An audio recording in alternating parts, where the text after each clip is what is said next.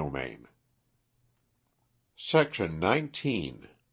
The Exposure of Lord Stansford. The large mansion of Louis Heckle, millionaire and dealer in gold mines, was illuminated from top to bottom. Carriages were arriving and departing, and guests were hurrying up the carpeted stair after passing under the canopy that stretched from the doorway to the edge of the street. A crowd of onlookers stood on the pavement watching the arrival of ladies so charmingly attired. Lord Stansford came alone in a hansom, and he walked quickly across the bit of carpet stretched to the roadway, and then more leisurely up the broad stair. He was an athletic young fellow of 26 or thereabout. The moment he entered the large reception room, his eyes wandered, searchingly, over the gallant company, apparently looking for someone whom he could not find. He passed into a further room, and through that into a third, and there his searching gaze met the stare of Billy Heckle. Heckle was a young man of about the same age as Lord Stansford, and he also was seemingly on the lookout for someone among the arriving guests. The moment he saw Lord Stansford, a slight frown gathered upon his brow, and he moved among the throng toward the spot where the other stood. Stansford saw him coming, and did not seem to be so pleased as might have been expected, but he made no motion to avoid the young man, who accosted him without salutation. "Look here," said Heckle gruffly, "I want a word with you." "Very well," answered Stansford in a low voice. "So long as you speak in tones no one else can hear, I am willing to listen." "You will listen whether or no," replied the other, who, nevertheless, took the hint and subdued his voice. "I have met you on various occasions lately, and I want to give you a word of warning. You seem to be very devoted to Miss Linderham, so perhaps you do not know she is engaged to me." "I have heard it so stated," said Lord Stansford, "but I have found some difficulty in believing the statement."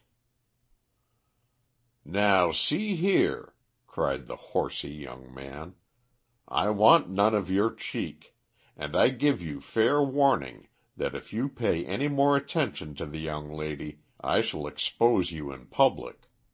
I mean what I say, and I am not going to stand any of your nonsense." Lord Stansford's face grew pale, and he glanced about him to see if by chance anyone had overheard the remark. He seemed about to resent it, but finally gained control over himself, and said, "We are in your father's house, Mr. Heckle, and I suppose it is quite safe to address a remark like that to me." "I know it's quite safe, anywhere," replied Heckle. "You've got the straight tip from me. Now see you pay attention to it." Heckle turned away, and Lord Stansford, after standing there for a moment, wandered back to the middle room. The conversation had taken place somewhat near a heavily curtained window, and the two men stood slightly apart from the other guests. When they left the spot, the curtains were drawn gently apart, and a tall, very handsome young lady stepped from between them. She watched Lord Stansford's retreat for a moment, and then made as though she would follow him, but one of her admirers came forward to claim her hand for the first dance. "Music has just begun in the ballroom," he said. She placed her hand on the arm of her partner and went out with him. When the dance was over she was amazed to see Lord Stansford still in the room.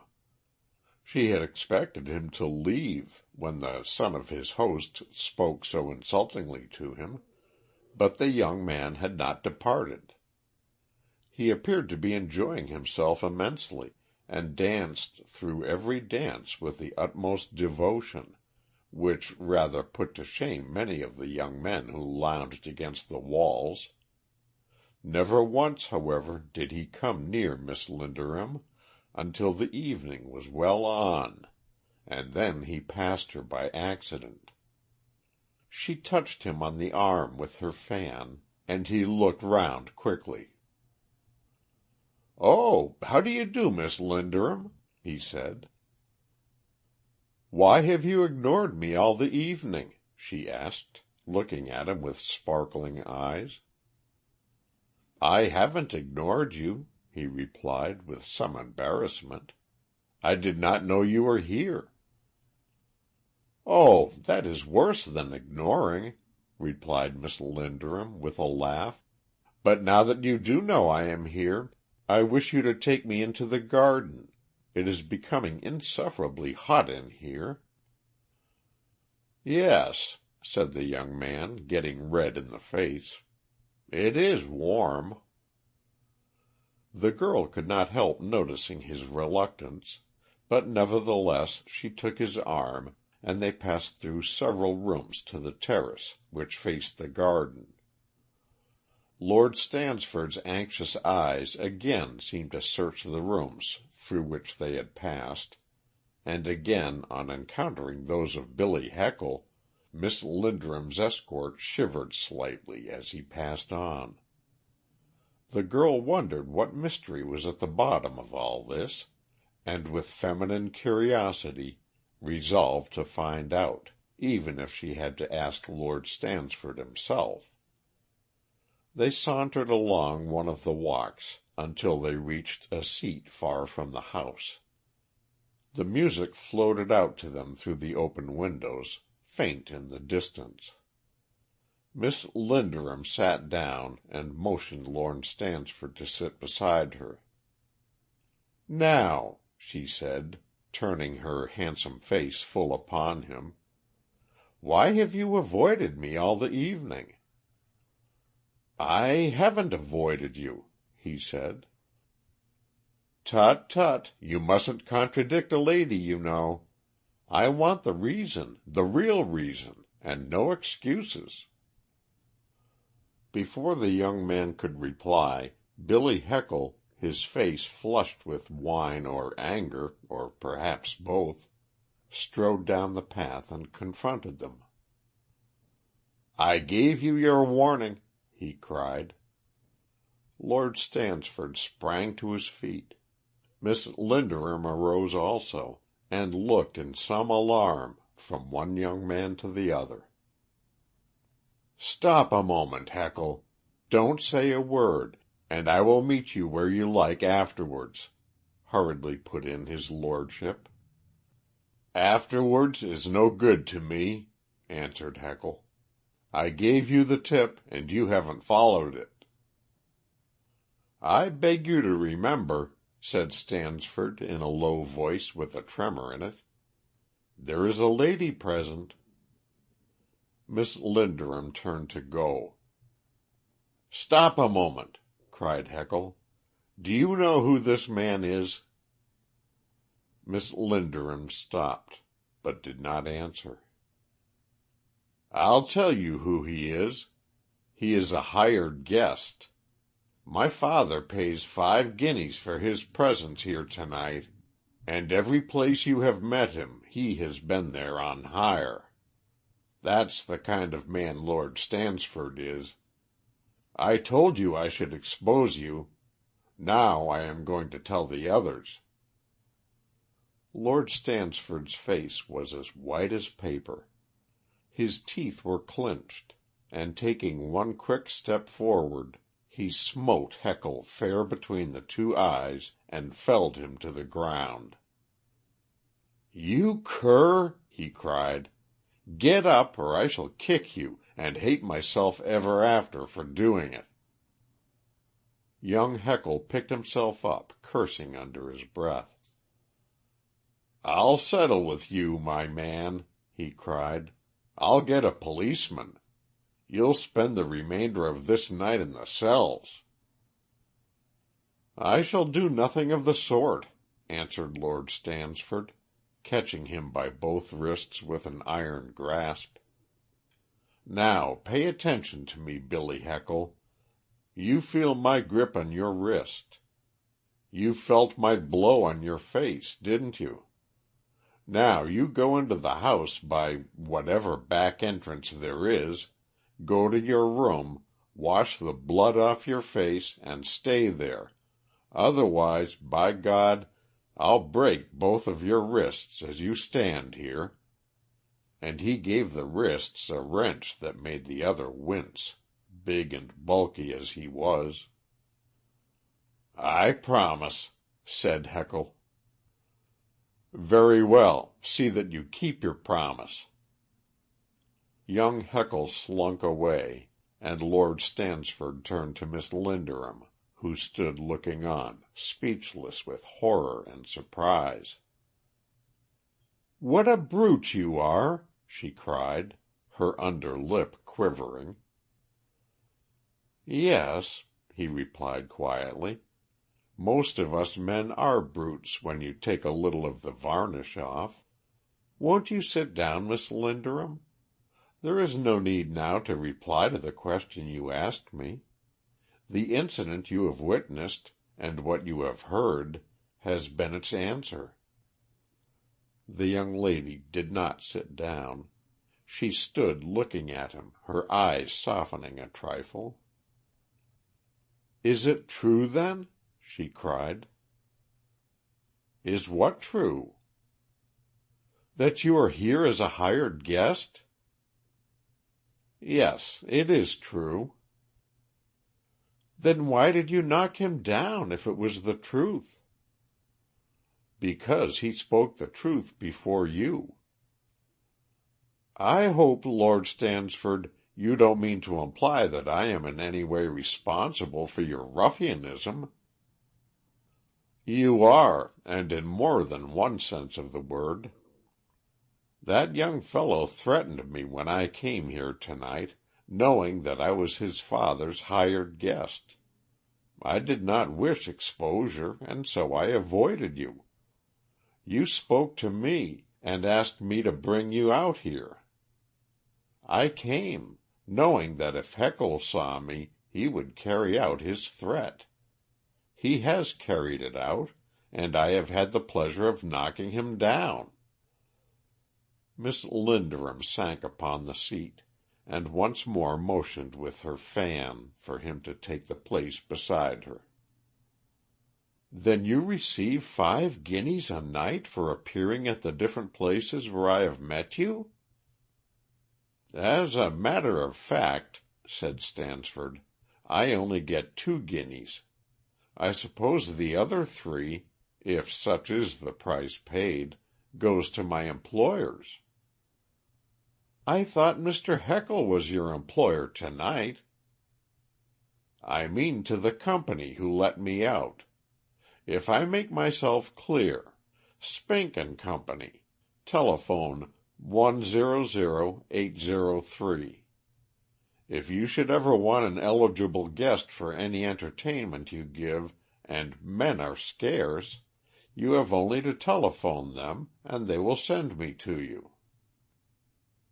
"Oh, I see," said Miss Linderham, tapping her knee with the fan. "It is only justice to my fellow employees," continued Lord Stansford, "to say that I believe they are all eligible young men, but many of them may be had for a guinea. The charge in my case is higher, as I have a title. I have tried to flatter myself that it was my polished, dignified manner that won me the extra remuneration, but after your exclamation on my brutality tonight, I am afraid I must fall back on my title. We members of the aristocracy come high, you know." There was silence between them for a few moments, and then the girl looked up at him and said, Aren't you ashamed of your profession, Lord Stansford? Yes, replied Lord Stansford, I am. Then why do you follow it? Why does a man sweep a street crossing? Lack of money.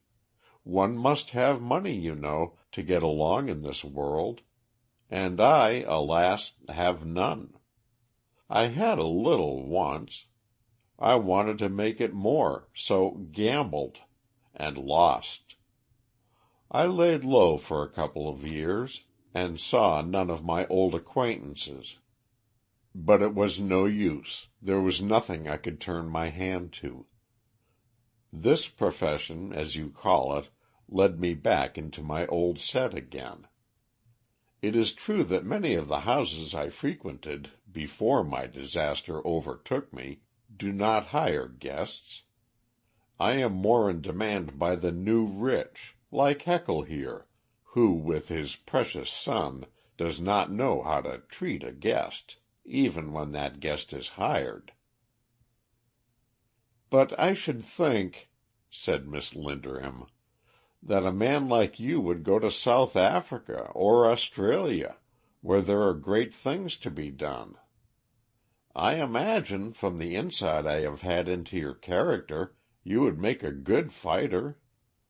Why don't you go where fighting is appreciated, and where they do not call a policeman? I have often thought of it, Miss Linderham, but you see, to secure an appointment, one needs to have a certain amount of influence, and be able to pass examinations. I can't pass an examination in anything. I have quarreled with all my people, and have no influence. To tell you the truth, I am saving up money now in the hope of being able to buy an outfit to go to the Cape. You would much rather be in London, though, I suppose? Yes, if I had a reasonably good income. Are you open to a fair offer? What do you mean by a fair offer? I mean, would you entertain a proposal in your present line of business with increased remuneration? The young man sat silent for a few moments, and did not look at his companion. When he spoke, there was a shade of resentment in his voice. I thought you saw, Miss Linderham, that I was not very proud of my present occupation. No, but as you said, a man will do anything for money. I beg your pardon for again contradicting you, but I never said anything of the sort. I thought you did, when you were speaking of the crossing sweeping. But never mind. I know a lady who has plenty of money. She is an artist. At least, she thinks she is one, and wishes to devote her life to art.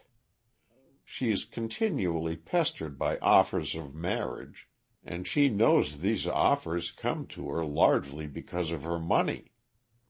Now this lady wishes to marry a man, and will settle upon him £2,000 a year.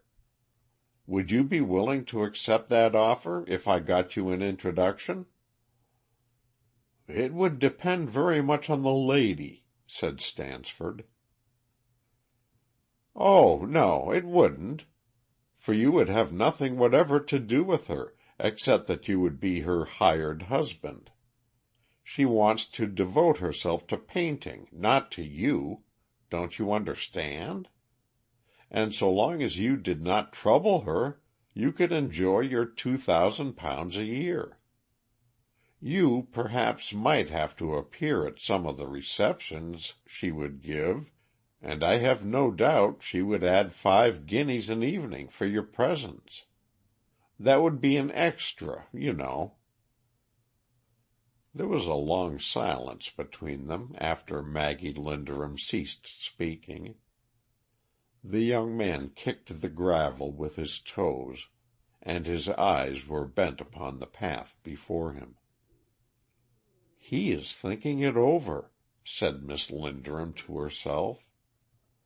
At last Lord Stansford looked up with a sigh. "Did you see the late scuffle between the unfortunate Heckle and myself?" "Did I see it?" she asked. "How could I help seeing it?" "Ah, then, did you notice that when he was down I helped him up?" "Yes, and threatened to break his wrists when you got him up." "Quite so. I should have done it, too, if he had not promised. But what I wanted to call your attention to was the fact that he was standing up when I struck him, and I want also to impress upon you the other fact that I did not hit him when he was down. Did you notice that?" "Of course I noticed it. No man would hit another man when he was down." "I am very glad, Miss Linderham, that you recognize it as a code of honor with us men, brutes as we are. Don't you think a woman should be equally generous?" "Certainly, but I don't see what you mean." "I mean this, Miss Linderham, that your offer is hitting me when I'm down." "Oh!" exclaimed Miss Linderham, in dismay.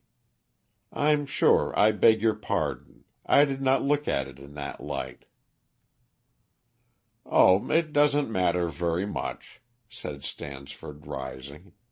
"It's all included in the 2 guineas, but I'm pleased to think I have some self-respect left, and that I can refuse your lady, and will not become a hired husband at £2,000 a year. May I see you back to the house, Miss Linderham? As you are well aware, I have duties towards other guests who are not hired, and it is a point of honor with me to earn my money. I wouldn't like a complaint to reach the ears of Spink and Company." Miss Linderham rose and placed her hand within his arm. "Telephone what number?" she asked. "Telephone 100-803, he answered. "I am sorry the firm did not provide me with some of their cards when I was at the office this afternoon." "It doesn't matter," said Miss Linderham. "I will remember." And they entered the house together. Next day, at a large studio in Kensington, none of the friends who had met Miss Linderham at the ball the evening before would have recognized the girl. Not but what she was as pretty as ever, perhaps a little prettier, with her long white pinafore and her pretty fingers discolored by the crayons she was using. She was trying to sketch upon the canvas before her the figure of a man, striking out from the shoulder, and she did not seem to have much success with her drawing, perhaps because she had no model, and perhaps because her mind was preoccupied. She would sit for a long time staring at the canvas, then jump up and put in lines which did not appear to bring the rough sketch any nearer perfection. The room was large, with a good north window, and scattered about were the numberless objects that go to the confusing make-up of an artist's workshop. At last Miss Linderham threw down her crayon, went to the end of the room where a telephone hung, and rang the bell. "Give me," she said, 100-803. After a few moments of waiting, a voice came. "Is that Spink and Company?" she asked. "Yes, madam," was the reply. "You have in your employ Lord Stansford, I think?" "Yes, madam." "Is he engaged for this afternoon?" "No, madam." "Well, send him to Miss Linderham, number 2044, Cromwell Road, South Kensington." The man at the other end wrote the address, and then asked, "At what hour, madam?" I want him from 4 till 6 o'clock." "Very well, madam, we shall send him." "Now," said Miss Linderham, with a sigh of relief, "I can have a model who will strike the right attitude. It is so difficult to draw from memory." The reason why so many women fail as artists, as well as in many other professions, may be because they pay so much attention to their own dress. It is an astonishing fact to record that Miss Linderham sent out for a French hairdresser, who was a most expensive man, and whom she generally called in only when some very important function was about to take place. "I want you," she said, "to dress my hair in an artistic way, and yet in a manner that it will seem as if no particular trouble had been taken. Do you understand me?" "Ah, perfectly, mademoiselle," said the polite Frenchman. "You shall be so fascinating, mademoiselle, that—" "Yes," said Miss Linderham, "that is what I want." At 3 o'clock she had on a dainty gown. The sleeves were turned up as if she were ready for the most serious work. The spotless pinafore which covered this dress had the most fetching little frill around it. All in all, it was doubtful if any studio in London, even one belonging to the most celebrated painter, had in it as pretty a picture as Miss Maggie Linderham was that afternoon. At 3 o'clock there came a ring at the telephone, and when Miss Linderham answered the call, the voice which she had heard before said, "I am very sorry to disappoint you, madam, but Lord Stansford resigned this afternoon. We could send you another man if you like to have him." "No, no," cried Miss Linderham, and the man at the other end of the telephone actually thought she was weeping. "No, I don't want any one else. It doesn't really matter." "The other man," replied the voice, "would be only 2 guineas, and it was 5 for Lord Stansford. We could send you a man for 1 guinea, although we don't recommend him." "No," said Miss Linderham, "I don't want anybody. I am glad Lord Stansford is not coming, as the little party I proposed to give has been postponed." "Ah, then, when it does come off, madam, I hope—" But Miss Linderham hung up the receiver, and did not listen to the recommendations the man was sending over the wire about his hired guests. The chances are that Maggie Linderham would have cried had it not been that her hair was so nicely yet carelessly done. But before she had time to make up her mind what to do, the trim little maid came along the gallery and down the steps into the studio, with a little silver salver in her hand, and on it a card, which she handed to Miss Linderham, who picked up the card and read, "Richard Stansford." "Oh," she cried joyfully, "ask him to come here." "Won't you see him in the drawing-room, miss?" "No, no, tell him I am very busy, and bring him to the studio." The maid went up the stair again.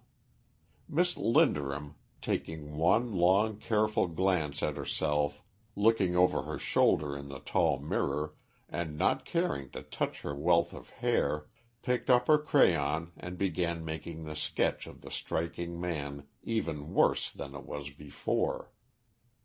She did not look round until she heard Lord Stansford's step on the stair.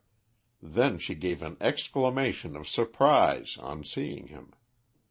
The young man was dressed in a wide-awake hat, and the costume which we see in the illustrated papers as picturing our friends in South Africa. All he needed was a belt of cartridges and a rifle to make the picture complete. "This is hardly the dress a man is supposed to wear in London when he makes an afternoon call on a lady, Miss Linderham," said the young man, with a laugh. "But I had either to come this way or not at all, for my time is very limited. I thought it was too bad to leave the country without giving you an opportunity to apologize for your conduct last night, and for the additional insult of hiring me for 2 hours this afternoon. And so, you see, I came." "I am very glad you did," replied Miss Linderham. "I was much disappointed when they telephoned me this afternoon that you had resigned. I must say that you look exceedingly well in that outfit, Lord Stansford." "Yes," said the young man, casting a glance over himself. "I am compelled to admit that it is rather becoming. I have had the pleasure of attracting a good deal of attention as I came along the street." "They took you for a cowboy, I suppose?" "Well, something of that sort. The small boy, I regret to say, was so unfeeling as to sing 'He's got 'em on,' and other ribald ditties of that kind which they seemed to think suited the occasion. But others looked at me with great respect, which compensated for the disadvantages. Will you pardon the rudeness of a pioneer, Miss Linderham, when I say that you look even more charming in the studio dress than you did in ball costume, and I never thought that could be possible." "Oh!" cried the girl, flushing, perhaps because the crimson paint on the palette she had picked up reflected on her cheek. "You must excuse this working garb, as I did not expect visitors. You see, they telephoned me that you were not coming." The deluded young man actually thought this statement was correct, which in part it was, and he believed also that the luxuriant hair tossed up here and there with seeming carelessness was not the result of an art far superior to any the girl herself had ever put upon canvas. "So you are off to South Africa?" she said. "Yes, the Cape." "Oh, is the Cape in South Africa?" "Well, I think so," replied the young man, somewhat dubiously. "But I wouldn't be certain about it, though the steamship company guarantee to land me at the Cape, wherever it is." The girl laughed. "You must have given it a great deal of thought," she said, "when you don't really know where you are going." "Oh, I have a better idea of direction than you give me credit for. I am not such a fool as I looked last night, you know. Then I belonged to Spink and Company, and was sublet by them to old Heckle. Now I belong to myself and South Africa. That makes a world of difference, you know." "I see it does," replied Miss Linderham. "Won't you sit down?" The girl herself sank into an armchair, while Stansford sat on a low table, swinging one foot to and fro, his wide-brimmed hat thrown back, and gazed at the girl until she reddened more than ever. Neither spoke for some moments. "Do you know," said Stansford at last, "that when I look at you South Africa seems a long distance away?" "I thought it was a long distance away," said the girl without looking up. "Yes, but it's longer and more lonely when one looks at you. By Jove, if I thought I couldn't do better, I would be tempted to take that 2,000 a year offer of yours and—" "It wasn't an offer of mine," cried the girl hastily. "Perhaps the lady I was thinking of wouldn't have agreed to it, even if I had spoken to her about it." "That is quite true. Still, I think if she had seen me in this outfit, she would have thought me worth the money." You think you can make more than 2,000 a year out in South Africa? You have become very hopeful, all in a moment. It seems to me that a man who thinks he can make 2,000 a year is very foolish to let himself out at 2 guineas an evening. Do you know, Miss Linderham, that was just what I thought myself, and I told the respectable Spink so, too. I told him I had an offer of 2,000 a year in his own line of business. He said that no firm in London could afford the money. Why, he cried, waxing angry, I could get a duke for that. Well, I replied, it is purely a matter of business with me.